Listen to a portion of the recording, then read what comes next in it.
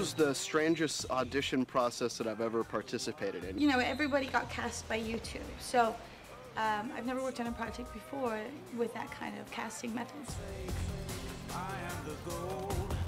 Geert & Helmet opened it up to anybody on the globe, basically, to go through YouTube.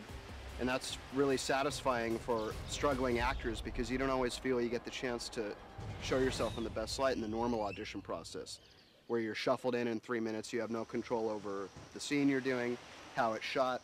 We're looking for a place to build our home. Every day we're pushing just a little bit farther up the river.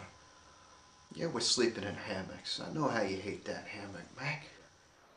And then I put the first audition up sort of last minute. I didn't really plan it. I just said, okay, I'm going to do it. And I shot something that night that had been turning around in my head for a while. And oh, we're wrestling not against flesh and blood, against principalities, against power, against the forces of darkness that are ruling this world, against spiritual wickedness. I really didn't think I had a shot in hell, actually, to get into it, but I tried anyway.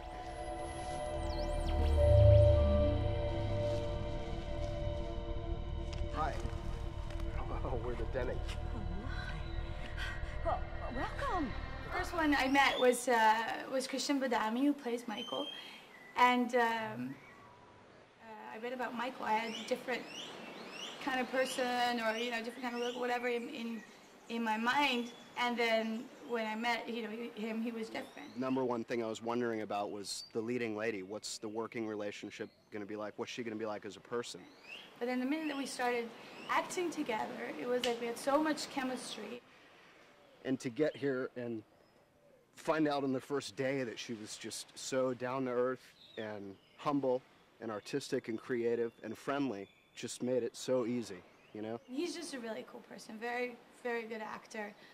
I'm a carpenter from San Diego originally, and I've been to London once and Mexico once. I mean, when I first heard that they were considering me for the part, they told me right away that we're going to be shooting it in Panama and not actually in the Amazon.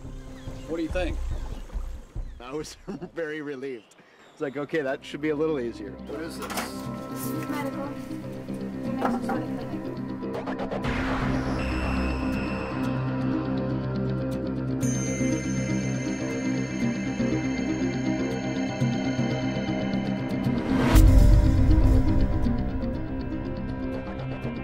We're all kind of from different backgrounds, and to see, the click and the way everything just kind of fell into place was quite a ride.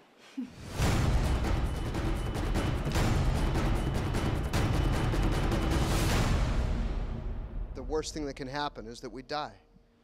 I think for me personally, the story is very much about having, a dream or a goal or a calling. Anyway, you have something that you think you believe you have to do, but then what happens when you're doing it and when everything goes wrong? We all have that. We all have dreams, and we all have passions, and we all have ideals, and we all want to follow them, but it's very difficult to, to continue with them when things get very tough. But I think if you do, then, it's the most beautiful thing. It's just been the greatest experience of my life. Can I tell you what my last final paranoia was, how it manifested, my last fear?